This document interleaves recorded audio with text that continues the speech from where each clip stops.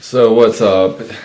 What's up, everybody? Welcome to the Blue Chip Podcast by fans for fans. It's your host Cody Potter. We're going to talk a little bit about Commanders today. We're at like the mid-season point of the season. I do a lot of scouting, like on the NFL level, man. So putting out content is kind of hard when you're breaking down film constantly, week after week, day after day.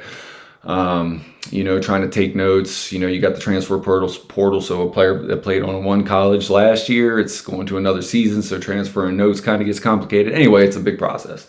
But I like to do everything from a scouter's point of view. But today we're going to talk about the Commanders, man, because this jersey behind me, Jayden Daniels, man, this dude has been he's been special. There's no other way to say it, man. When your franchise gets blessed with a special prospect, man, the football guys just shine down on you sometimes, man. It's been a long time. It's really good for this fan base. I'm super excited. I've really just been enjoying the season as a fan. It's been really crazy year for me being a Miami U fan, being 9-0 after yesterday beating Duke. 6-2 for the Commanders, man. This is just crazy, man. The season has been crazy, but there's a lot of stuff that I want to get to, man. We got the trade deadline coming up on Tuesday. I was going to talk a couple things about that. And I'm just going to break down like some of the rookies, man. I was really high on this rookie class. I was really high on this staff. So just going to kind of break into that, man, what's been happening over the last 8 weeks, man, for this team, and just things to look forward to. Some college names that I really do like. Things like that. So let's start, man. When you hit a Hail Mary to beat the Chicago Bears with, 2 seconds left and the play takes 13 seconds, just, Jayden Daniels running around. People talking about holding whatever, I don't care, man. Hail Mary's a Hail Mary. You completed it, man. It was just a crazy situation. Like I said, just to make it even better, man, it's a player from Miami U that gave us the little tip ball that went to Noah, so that was really cool. So Miami's blessing me on both levels. But anyway, no. Let's keep talking about it, man. So we got the trade deadline coming up soon. And, a lot of fans are always looking to trade. I'm a scout at heart, man. So when I think about, like, the value that you get out of college, the rookie deal, everything like that, the development that comes along with it, the financial security for the team and the cap implications that come with it, man, early draft picks are really they're really what you build your roster around, man. But, when you have year to year, things change. You look at the rookie classes coming in, you look at your projected round, where you're going to be projected to pick. Right now, I mean, it's somewhere down in the 20s, man. So coming off of picking pick number 2 last year, you're at a different range of prospect level that you're going to get from round to round. Last year was a really special class. I mean, for us to have, I think 6 picks in the first 100, you had to get rid of a player like Montez Sweat. You had to get rid of a player like Chase Young, but you're seeing the returns on those investments already. I mean, just like I said, JD5, Mikey Samerstill was my favorite player in the draft, man. That guy is a future All-Pro. He's developing nicely, man. He was brought here to play nickel, and he's playing outside. And honestly, ever since the Week 3 Monday night game against Cincinnati, which was crazy in itself, Mikey Samerstill ain't giving up nothing, man. He gave up that 1 touchdown to Jamar Chase, man, and he's been rock solid ever since, man. He's really helped this back end, that cornerback group. Which the back end is really gelling into itself anyway, man. But 2 players that I also like, man. Jeremy Chin coming over from Carolina, man. It's a player that I have always liked. I loved him coming out of NIH. Just a sizable guy, man. You don't really see him on the stat sheet right now for the game changing plays. But what I do notice from week to week, man, is we're not getting gashed by tight ends no more, and that's pivotal, man. Because the tight end position, when teams are gashing you at the tight end position, man, when defenses are just bleeding through the middle of the field, man, it's just demoralizing. And Jeremy Chin's done a really great job. Like I said, something you might not see on the stat sheet, but he's an enforcer, dude. And he's really super athletic. The way that Dan Quinn and Joe Witt deploy this guy, honestly, man, this coaching staff from the front office down, ownership down, everything about this front office this year has just been completely different from everything this fan base has ever known. I mean, just everything that I'm seeing. I'm just like, from a scouter's take, man, this is just crazy watching what's going on. From every draft pick, man, just every draft pick, man. If you're really watching this team, every draft pick. I mean, we can go down the line. We can go Jayden Daniels. That's anybody that's watched one game for this team this year. They've seen it with their eyes. And then if you break it down even harder, Jerzon Newton, 2nd round pick, would have been a top 15 player, like I said. Come back time from the draft, he definitely would have been a top 15 pick without the injuries to his feet, the surgery, no real off season, no workouts as far as like the combine and things like that. But the dude is super explosive, man. And then, you got to see that against Chicago this past week, man. So you're seeing the rookies really start to have an impact and get on the field and starting to get to the flow of the game. Mikey Sammerstill again, already spoke on him, man. I'm not going to talk about my favorite player in the whole class. He's just a dog, man. He's already a leader on that defense, man. It just goes to show you. Then you got guys like Frankie Louvu, Bobby Wagner, man. I mean, you're just stacking the right type of mind frames, that you want to build your defense around. Quan Martin similarly, man. Deron Payne, John Allen have never been questioned as far as, the mental aspect of the game and, giving effort every snap in, snap out. Yeah, man. So like to continue, man, Frank, Ben Sinnott has been, dude, I watched this guy blocking, and that was like the one question that you could even look at his tape from Kansas State and like even have, like thinking back to Ben Sinnott there.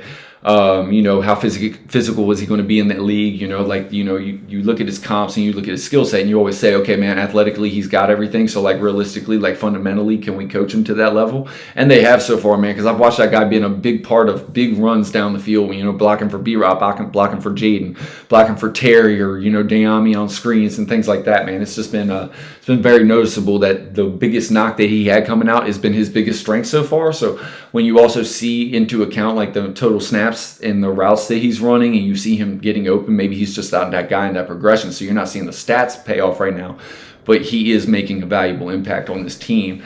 When you get to the last couple weeks of the season, man, you're going to see him and Luke McCaffrey be the difference when teams really start keying on, okay, man, we're not going to let Terry McLaurin beat us. We're not going to let that happen. So somebody else has got to step up. Well, from what I've seen from Luke McCaffrey and Ben Sinnott, man, they're going to start getting their touches. They're getting open. They're like I said, they're doing the job. So it's not even just part of Ben Sinnott's, development. It's part of Jaden Daniels' development. He never had like that Ben Sinnott like Zach Ertz in college. And, Zach Ertz is a crafty veteran. So, of course, you're going to get a little bit more, chemistry with that guy, through training camp and things like that, because he's not developing into a player. He's already a player. He's savvy. He knows where to be. He's a safety outlet type, just like Terry McLaurin and guys like that. So, like I said, so it's part of not just Ben Sinnott's development getting, that impact, early on in his career. It's also Jaden Daniels finding the trust and finding, developing his game and what he's seeing on the field to being able to hit Ben Sinnott when he's actually open and maybe it's not his turn in the rotation, as far as the progressions, but it's there and he just catches it because it's there. That's a part that, honestly, man, the fact that we're even talking about this phase of development for Jaden Daniels already in his career, man, is pretty crazy. So honestly, man, I've just been baffled, man, blown away. Luke McCaffrey, I see him out there blocking. I see him open. Like he wins with separation for a guy that's his size. His breaking ability, man, like you saw it at the Senior Bowl, and I'm watching it now, like live. So it's realistically, man, it's just a time clock for me. Is it this week? Is it next week? It's coming for Luke McCaffrey, dude. This guy's going to have a game in the next 4 weeks that's 5 catches for 89 yards and a touchdown or 2, because teams are going to key on Terry, Terry, thank you for staying here. You will be an All-Pro. You are getting your karma. You have worked your ass off, and it's just beautiful to see. So again, man, this draft class has been pretty special. I still think one of our best prospects is about to just start seeing the field. He just got back from injured reserve, Jordan McGee from Temple. He was a guy that I spoke upon earlier in the offseason as well. He's about to have an impact. And then, honestly, our 7th-round player, our defensive end, he's on injured reserve right now, but he was making an impact early in the season when, Dorrance Armstrong and, the Florida DN Fowler, Dante Fowler Jr., man, he's really come along nice, man. You're just seeing that Dan Quinn, front 7 kind of vision just take shape, where he has really big edges that set the edge very well, especially in the run game. And then they just have a 100% motor all the time, and they get after quarterbacks and they collect sacks because the defensive tackles do their job too. It's just complementary defense, man. It's all 3 levels, and you just have the right type of guys mentally on every level of this defense. And that's why I said, I post on a lot of forums. Football is what I do. I post on a lot of things, and I was very adamant that what we were going to see from this defense week 1 was not going to be the defense that we saw week 8. And honestly, man, this coaching staff, these players, they have made me look smart saying that, because the truth is they are a completely different unit. Now, you can see lapses, and this is why I'm about to get into the trade deadline. As a scout, typically, I don't like to trade draft assets, Ben. But again, when you look at your value on return for what you have going into the draft, and you got to think about asset management, man. Realistically, you have pretty much, like, for the next class, man, I do like this outside group of corners, but I mean, the grades are all spread out, you know, and my grades are going to be different from everybody else's, the consensus, and they always are, especially this time of year. But I mean, the names that you're going to know, obviously, if you watch any little bit of college football, or you just do any little bit of anything. You know, Travis Hunter, obviously, man, the wide receiver, two-way, corner, wide receiver. What's he going to play in the league? Is he going to run both? Like, realistically, man, like, I think he's an elite-level cornerback prospect. I think maybe in year 3 you gadget him as a receiver type thing once you know you've developed this guy, because there are parts of his game that he still needs to develop to refine to be that blue-chip corner. Like, every trait is there. You see him do the things on tape that he needs to be. He is a blue chip prospect. There's no doubting that. But what I'm saying is, to refine his game to be the blue chip player in the league, he's got to do those things. You got to focus on one position to take that leap. Will Johnson is my number 1 graded corner because he is a full-time corner and he really is special, from Michigan. There's no question on that. And there's a lot of other corners. I mean, there's corners all throughout the league, man. There's really good cornerback play in this league right now, man. Miami has a really good true freshman corner he's playing pretty lockdown ball right now. But I'm not going to be a homer and just like start talking about Miami, because there's another point of this pod. But to really get to it, man. So, you think about trade candidates. It's been like reported that we're kind of in the market for a corner. I think everybody knows the outside corner situation. Just realistically, man, if you're going to go into the playoffs, man, I think wide receiver and cornerback, man, it's just a spot that realistically, man, like, you just say, well, who is going to be the guy when Terry can't, or this, that, and the third? Like, you got to have multiple guys at these positions, man. That's why the positions like elevated the game so much, because just you see the impact that 707s from like high school and things like that are having on this game, man. You just see these guys coming out way more prepared than normal.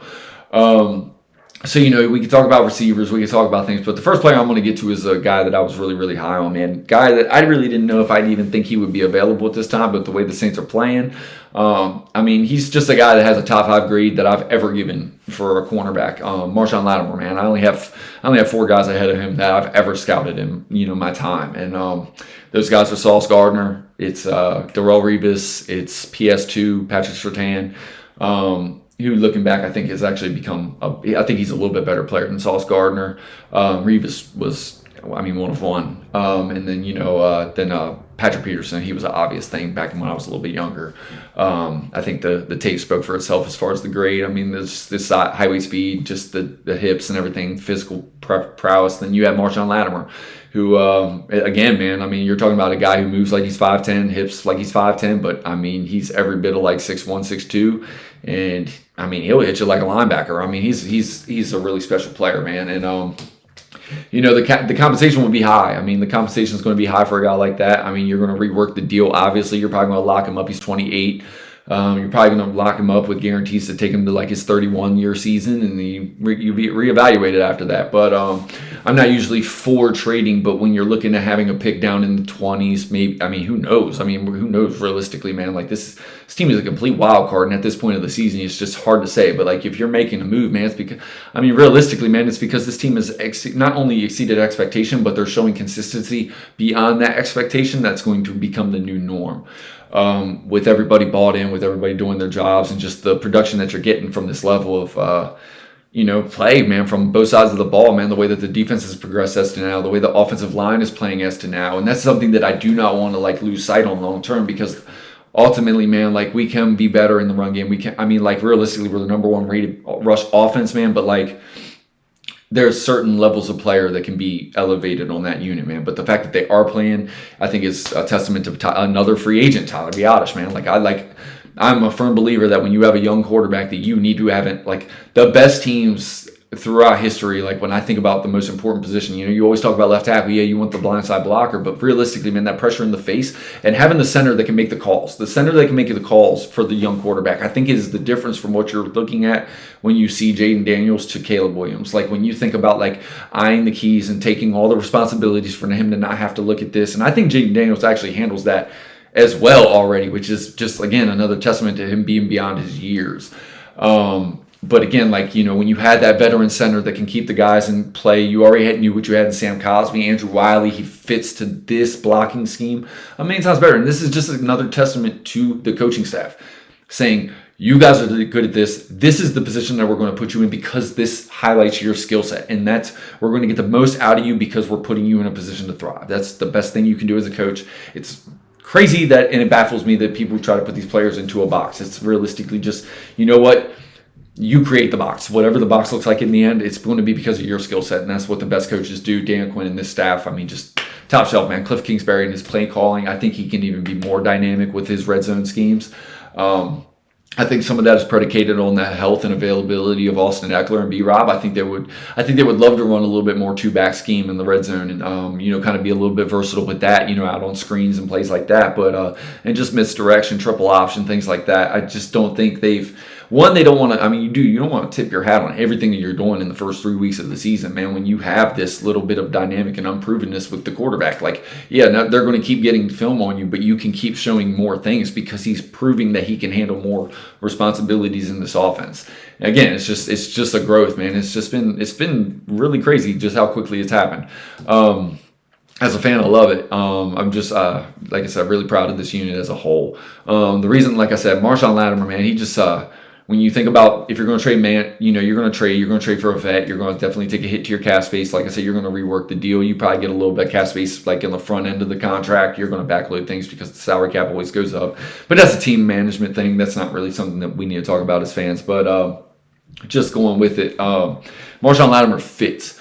Like there's two guys realistically that I think have maybe some trade potential that are top shelf cornerback level players. Both are paid, Denzel Ward and Marshawn Latimer. Those are the two guys that come to mind for me. Denzel Ward I love. I just like tick below. I mean, grade coming out in college, but I mean, same level player, blue chip player in the league. The only reason I don't favor towards Denzel Ward, even though he is a 100% scheme fit for the way that he plays man coverage and his tackling ability and all the traits that you're looking for in this defense, the 6 concussions, they kind of scare me off a little bit, man. I know what it was like having Jordan Reed here when you had just an amazing level blue chip player, but dude, like them head injuries, they add up, man. I know about him personally, so just how effective how much they can impact, your time in the season. Availability is a big thing, and I would take Marshawn Latimer and his little bit of hamstring and lingering little lower body injuries that come about from his physical style of play. I'd take that over the concussions. Just as a safety thing, I think because your compensation is going to be about the same for the player, as far as money and then the draft pick that you're going to send out in return, things like that. So I think that's a more logical explanation. Plus, if I was going to make a trade with Cleveland for any other cornerbacks, it would be Greg Newsome due to his skill set, his scheme fit as well, his play type style fits to what we're trying to do. The age, and then yes, you have to pay him because he's a free agent next year. You're definitely going to pay him. He's going to get a pretty high contract because of his age and everything like that. But as far as scheme fit, he, again, like Denzel Ward, it's there. Like the man coverage ability, the right type of attitude, the ability to tackle. I can move him inside out if I really, really want to, but I don't. And he's found his niche. Like I said, so Greg Newsome will be one of them guys. I know a lot of people bring up T. Higgins, and this is going over to the wide receiver side. Yes, man, big target in the red zone, man. That would really be nice. T. Higgins is he's like a Mike Williams type of guy where, man, he just always seems to have a little lower body thing. I mean, most long striders do. Most big physical guys that can actually create separation and run pretty precise routes when you're over 6'3", man, you tend to have a lot of like little lingering ankle, hamstring, dude, it's a lot harder for a 6'5" guy to break a cornerback down on his cuts and then come out of his route with speed, out of his cut with speed, than it is for a guy that's 5'10". It's just proven. It happens all the time. Julio Jones, it's always there. Hamstring injuries, just things like that, man. Like it's always a little nagging thing with the lower injuries with a guy that's that height. Realistically, man, like unless you're just stealing this guy away from the Bengals, which I don't think they're ready to concede on their season, knowing that he's going to walk away after the season, honestly, man, I think you just wait that one out.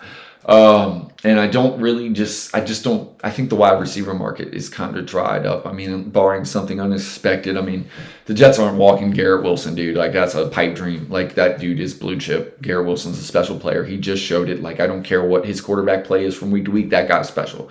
You're not going to let that guy go. He's a premium player at a premium position. Olave's had a lot of concussions too. You're talking about guys that are going to get paid, man. You just don't let them guys walk no matter where you are in your roster, in your development or your team's cycle, what window you're going in or out of. I just don't see the Saints being. I don't think they're crazy enough to let Olave go even with the concussions. I even saw a report about Christian Gonzalez. I mean, it was really obvious that I wanted Christian Gonzalez here, the year that we drafted Emmanuel Forbes.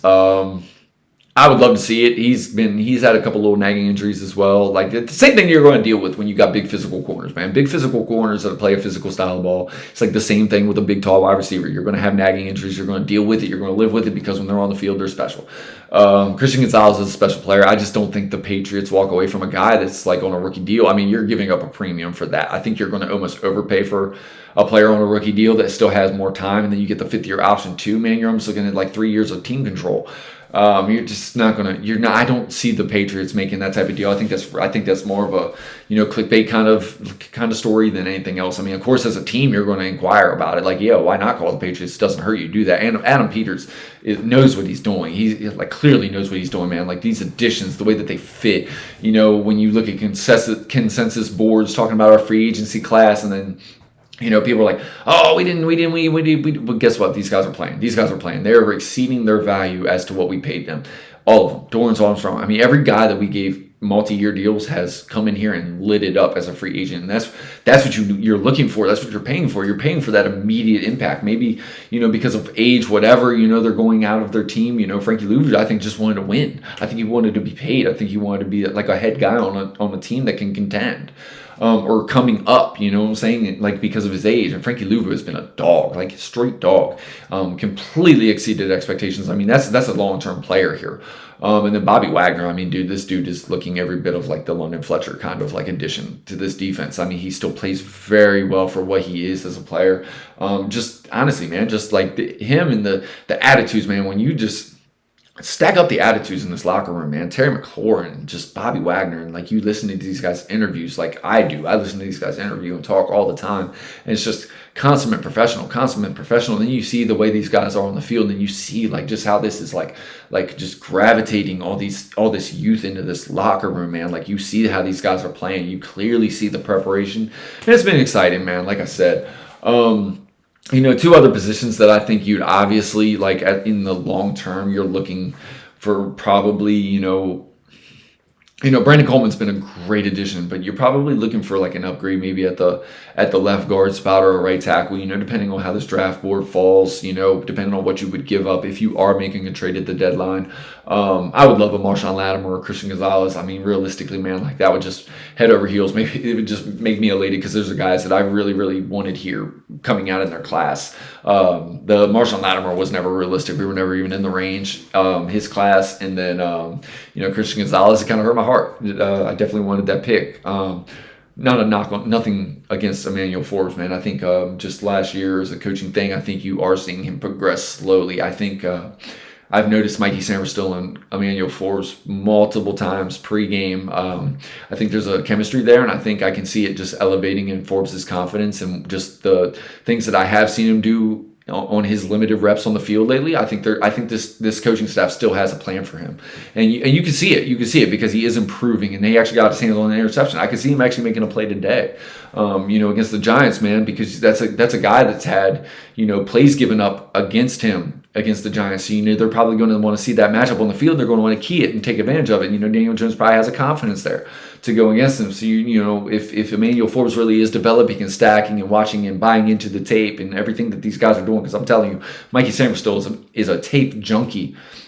And, with the tape that Emmanuel Forbes had in college and his knack for getting hands on the ball and keeping it and doing things with it, dude, like you get that guy into the film room and get him obsessed with that type of thing, yeah, man, he's going to miss a tackle here and there. His size is just, it's not predicated to being really, really physical against the run game. But like what he does do in the passing game in this type of defense where getting turnovers and like things like that are like highlighted and keyed in certain aspects and fronts and certain play calls that they do in certain like situations in the game, he can have an effect on this team and he can still pan out long term. It's not too late for a guy like Emmanuel Forbes.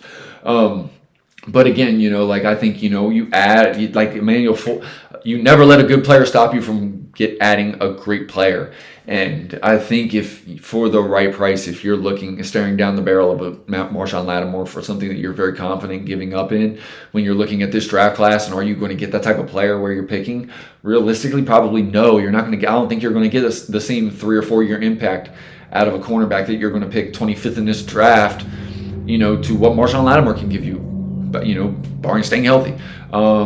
Dude, Mike Evans would love to see Marshawn Lattimore get out of that division. So I'm just saying, man, you add that guy out here, man, add him into the culture that you've already established with guys like Jeremy Chin, his physical play, Bobby Wagner, Frankie Louv with their physical play, some of the rookies that we got behind these guys that are, dude, I'm telling you, they play physical. It's all physicality on this defense, man. This defense was a hit. When I think about a blue chip player addition that just 100% fits the scheme and the attitude and the play style, Marshawn Lattimore's it. So, dude, realistically, man, that's where you say, maybe I wanted to keep this pick, maybe I was going to use this pick on this position, but now we can do it in season, upgrade our roster right now, and even give ourselves a better chance for this season at a position that we realistically are not deep at. Man, dude, you take that chance. Like I said, I'm not about trading draft picks 99% of the time, but this is one of those times where if this great player is available, you make that trade. I think you do that, and I don't think you think twice about it, because the player in return that you're getting, the cap space that you already have readily available going into next season, you even have way more cap space. I mean, it's just, this is a move that you make to do the betterment of the team for a player that you thought maybe going into the season was never going to be available for you, especially at this level of player. So again, like the Marshawn Lattimore thing for me. Going into the draft, I think the positions that you're going to really highlight, just because of the draft, one is going to be running back. With Austin Eckler, I think you're going to want to solidify that number 2 running back spot long term. Even if Austin Eckler is still here next year, you still let that guy be number 3, because you can upgrade Nichols for next season. And the UNC running back is like that. Everybody knows Genty, what he's doing at Boise State. I really like the Notre Dame running back, Julian Love. Man, this guy is getting no pub. This guy is like that. I really do love me some Julian Love. Notre Dame running back number 7 or number 4, one or the other. I got so many numbers and teams and players in my head. And then Amarion Hampton from UNC, man, another running back that I really, really like. Reminds me kind of another UNC running back, and I'm not saying that to be easy, because I don't really like the comp game. It's just more stylistically and things like that, man. You never put a cap on what a player can be, and when you comp them to an all-pro, you just dude, it's just the way they play. It's not comping the player to where they are now to where they could be or whatever.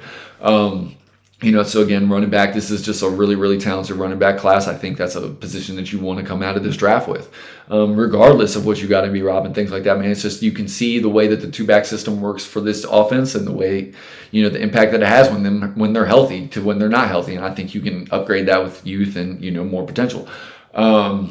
And then edge, of course, man. There's a lot of edges in this class. I don't think this is a very deep blue chip. This class does not really have many blue chip grades for me. I like Cam Ward, obviously Miami fan. But I mean, dude, he's got the best tape for me as quarterback right now. Outside of the throwing the ball across the middle of the field against his body, that really drives me crazy. But it's Cam Ward, dude. He's playing special ball. As far as all the other things, man, he's very advanced 5th-year quarterback. I like quarterbacks that have a ton of experience in college. Cam Ward would be one of my guys. I like Jalen Milroe's skill set. I think he needs one more year of college. But I have a very high grade on him. Shedeur Sanders would be my number 3 right now. I know he's most people's number 1, and that's cool. I get it. I see the Russell Wilson thing. I see the progression from last year to this year. He's really good. Shedeur Sanders is really good. There's other things, but he does know how to handle fame. He's probably a quarterback that could go to a Dallas or just the New Yorks or some of those places and be better suited to handle some of those situations than I think most, because of his fame already. He's a hell of a prospect, a hell of a player. Just because I got him 3, it's just things that I see on tape, man. I have a different board from everybody else. Like I say, I swear by that.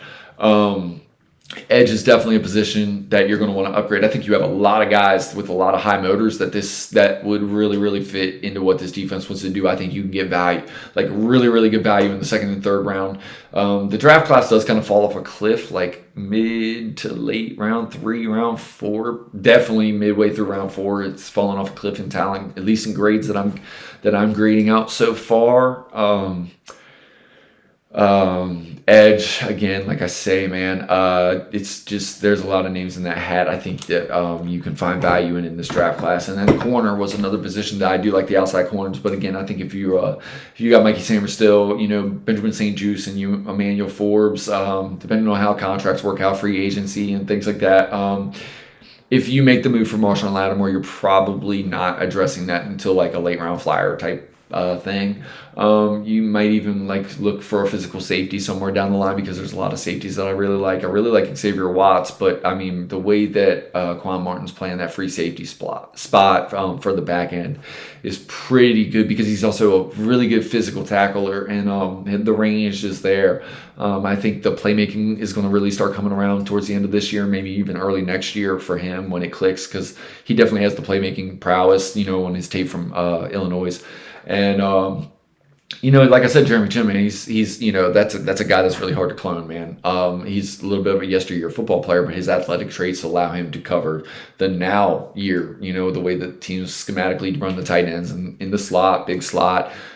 Star, whatever you're looking to say, man. I think I think Mikey Samuel was designed to be the star player on defense, the nickel corner guy that you're just going to move around, play schematic, almost a second safety. He's physical enough to play like kind of a little loose linebacker role, safety role, hybrid safety role, however you want to look at it. But yeah, man, like I said, man, just a lot of content that I wanted to get out to you guys, man. I don't get to pod as much as I'd like to, man, just because it's really hard. But, at this point in the season, it was really necessary. I think with the trade deadline, like I said, I've been breaking down a lot of college football tape and just wanted to get it out to you, man, just because, honestly, it's been a fun year with Jaden. So from us from the Blue Chip Podcast, man, we're just excited to continue, see what we need and see how we can grow, man. I think there's a lot of exciting things to come for this franchise, and I just want to kind of put my 2 cents out there for what I'm seeing and what I like from it. And hope you guys enjoy the pod. Get back with us, like, comment, subscribe, whatever, all those things. I really just appreciate anybody that takes the time out to listen to me, man. I just love talking football. It's what I do. I live for this shit. So, sorry. Yeah. Have a blessed Sunday, man. I hope you guys enjoyed the games today. Peace.